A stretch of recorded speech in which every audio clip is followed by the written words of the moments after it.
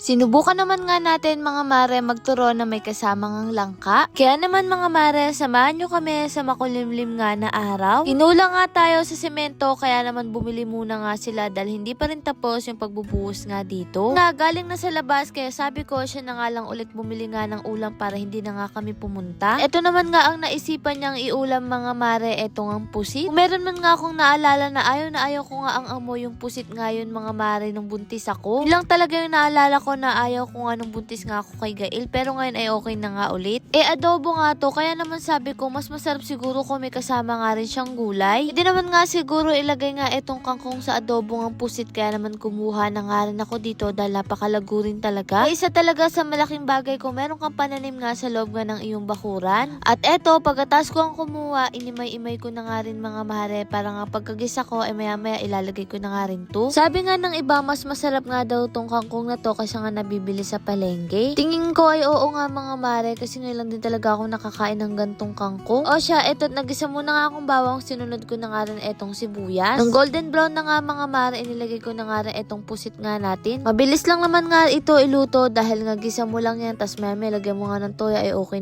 na nga. Mga mare, ayan nakita ko umiinom na naman nga ng barley dito. Sabi ko nga sa inyo kung hirap kayong matulog, may mga karamdaman kayo o nagme-maintenance nga kayo mga mare, maganda nga rin isabay nyo nga to at napakarami na rin talagang gumagamit nga nito. Kaya naman mga mare, maraming salamat sa patuloy nyo nga pag-order at sa magagandang feedback nyo nga. Kaya hindi rin talaga mga mare nawawala nga ito sa pang-araw-araw nga namin dito. Kaya kahit hindi nga kami mag-vitamins, ito lang talaga ang iniinom nga namin. Mas masarap din talaga ang adobong pusit kung may berde ngang sili kaya naman kumuha na nga rin ako para kahit paano may sipa. Tiran nga mga mare, ayan kumuha na nga rin ng mga sili dahil napakarami na rin talagang bunga. Pamimigay nga namin to sa mga ilang kapitbahay nga namin na hindi nga namin nabigyan nung una. At eto nga't nalagyan ko na nga rin ng toyo, nakalimutan ko na nga pabidyuhan. Meron na nga to mga pampalasa kaya inilagay ko na nga rin etong kangkong para nga mailuto na nga rin at makakain na nga tayo. Sobrang lakas dito mga mare ng hangin kaya tingnan nyo yung kurtina nga natin, nililipad talaga. Marami nga rin po palang salamat sa mga nagsuggest na magtanim nga tayo dito ng mga lemongrass o tanglad kung tawagin nga sa Tagalog. Dahil yun nga ang amoy daw nun ay nakakapagpataboy nga mga mare ng ahas. Kaya sabi ko nga magtatanim nga sila dito sa paligid nga natin para makaiwas nga tayo sa ahas kasi nakakatakot talaga lalo tag-ulan ngayon. Eto ang siran, pinarte-parte na nga rin yung mga ibibigay nga na sili at eto nga't kumain na nga rin tayo mga mare at eto nga si tatay sabi ko kumuha na nga siya ng makakain na. Hindi naman nga birthday nga ni tatay pero tingnan nyo naman nga yung kulay nga ng damit niya pulang-pula. Ewan ko na lang talaga kung hindi nga namin to matanong nga si tatay kahit malayo dahil sa damit niya. Itong paborito kasi ni tatay yung mga ganyang kulay kaya nung nasa bukid kami alam na namin kung sino yung naglalakad. Ano ba naman napakatitingkad nga ng mga damit. O siya mga mare, samahan nyo na nga kaming kumain at sabayan nyo na nga rin kami. Hindi pa nga kami tapos kumain pero nasa isip ko ng mga oras na yan ay paano nga ako magluluto nga ng turon na may langka dahil maulan. Nagpapahinga nga si Ran at hindi naman ako makatulog mga mare kaya ito nag-voice over na nga ako nang i-upload. Kagising nga ni Ran mga mare, bumili na nga rin kami ng saging kasi tamang-tama to sa panahon nga ngayon. Pabili nga rin pala ako kay Ran ng pambalot nga sa turon kaya naman ayan pinag-iwahiwalay ko na nga rin. Mga mare, ngayon ba ay panahon nga ng langaw, napakarami nga ditong langaw sa atin. Kaya nga napabili tuloy ako ng pang-spray nga dyan at eto nga binalot-balot ko na nga rin dito mga mare. Pero sa totoo lang, first time ko lang nga din lalagyan nga to ng langka. Parang nakapagturon na nga ako pero hindi pa nga ako mga mare nakapaglagay ng langka at di ko alam kung anong lasa nun kasi hindi pa ako nakakabili ng ganun. Pero alam ko nga mga mare, meron nga rin turon na munggo dahil sa eskwelahan ko noon ay nang tinitinda. Dahil nga konti nga lang yung nabili, ang ginawa ko inisa-isa ko na nga lang siya at nga maliliit nga din mga mare pero pwede din kami lang din naman. Napakarami nga rin tong langka na to kaya marami pa rin tiyak ditong matitira. Struggle is real lang din talaga sa pagbabalot mga mare lalo na kung hindi ka nga magaling tulad ko. Pero siguro kung araw-araw ako magtuturon ewan ko na lang kung hindi ko nga matutunan kung paano at eto nga si Eric hindi nga niya alam. Nahihirapan nga siyang bilutin kaya sabi ko siya na nga lang maglagay mga mare sa asukal ako na nga magbabalot. At kada isang balot isang saging na nga lang din ng kalahati at eto nga sila naghahanap nga dito ng langaw. Pero sabi kasi nila kapag ganitong oras daw o panahon ay talaga daw malangaw. Tapos daw kapag nga manggahan, ewan ko lang kung totoo yung sinasabi ni Ran, hindi ako ni Emi lang. Tingnan nyo naman ngayong panahon mga mare, maghapon nga hindi umaraw pero tingnan nyo naman sobrang dilim na naman nga. Masasabi kong tag-ulan na nga dito sa atin mga mare. Nalalapit na nga rin ang paghuhuli nga nila tatay nga ng isda. Gina naman nga tayo niyang nasa kabila kasi andun yung isda natin. natin. Ay nakikiatin pala, hindi pala mga mare, nanghuhuli lang pala tayo, hindi pala atin yun. At eto pa nga ang nakakatawa, paano ba naman kinukwentuhan nga ako ni Ran, abay dumikit na at nasunog pa? Paano ba naman kasi may tinatanong nga siya mga mare at nakalimutan ko naman, napakaliyab nga pala nitong apoy kaya nasunog, pero nung sumunod naman ay hindi naman na nga dahil nabantayan ko na rin. Hininaan ko na nga lang din yung apoy dahil nga mabilis nga lang pala tong maluto at then binabalik-baliktad ko nga rin kahit paano. Yan naman nga si Ran, hindi pa nga ako tapos, sinikman niya na nga rin mga mare. Siyempre bukod nga kay Ran, hindi rin ako nagpahuli kaya sabi ko tikman ko nga din, tsaka ayan tinikman ko nga din. Sarap pala yung ganitong ang turo na may langka kaya sa susunod ay gagawin ko nga ulit yan. Dahil hindi pa naman talaga ako tapos kaya ay nagsalang nga ulit ako at nagpabili rin kasi ako ng mantika kala Eric dahil naubusan nga rin tayo. Dahil nga kanina ay sinimot ko nga lang din mga mare yung mga natirang mantika nung nakaraan. Ay sus, ikukwento ko pa sana sa inyo kung bakit nga natawa nga si Eric, nakalimutan ko na naman nga. O siya sabi ko tikman niya nga rin kung masarap para sa kanya. Kaya lang nung binigay ko sa kanya mainit nga daw kaya yan kinutsara nga rin niya. Pero nung natikman niya nga mga mare, masarap nga daw. Tingnan niyo naman, akala mo nasa commercial lang tingin. Mga nakontento etong si Rat, kumuha nga ulit siya, o diba? Ibig sabihin nun masarap kasi nag second batch nga siya. Dahil naparami nga rin yung bili nga namin ng saba na saging kaya eto't pinirito ko na nga lang yung iba kaysa nga masayang. Amang tama nga rin to at may merendahan nga sila tatay mga mare. Tingnan niyo naman, maulan nga din. Maya lang nung natapos ako ay pinagtatawag ko na nga din sila tatay, pares pala silang damit nga ni Kuya Richard. Si tatay naman nga at nakita nga itong butungan ng langka kaya sabi niya ipakukuluan niya nga daw dahil sayang din daw. Okay na nga rin etong saging, ayan pinahango ko na nga rin kay Eric para nga hindi masunog. Salamat nga rin po pala sa mga advice nyo nga sa akin kung ano nga yung gagawin kapag nga masakit ang ulo. Pero ngayon mga mare, okay na nga rin naman ako, paminsan-minsan na nga lang. Pero kapag sumakit pa nga ay magpapacheck up na nga ako sa mata, baka nga dahil sa grado ko yun mga mare, tumaas na naman. Tingnan nyo naman nga mga mare, etong si mata, tuwang-tuwa nga dito kay Q Richard, ay nang bumaba kahit tinatawag siya. Lord, maraming pong salamat sa lahat ng blessing at syempre sa inyo mga mare, paano ba yun? Bukas na lang ulit.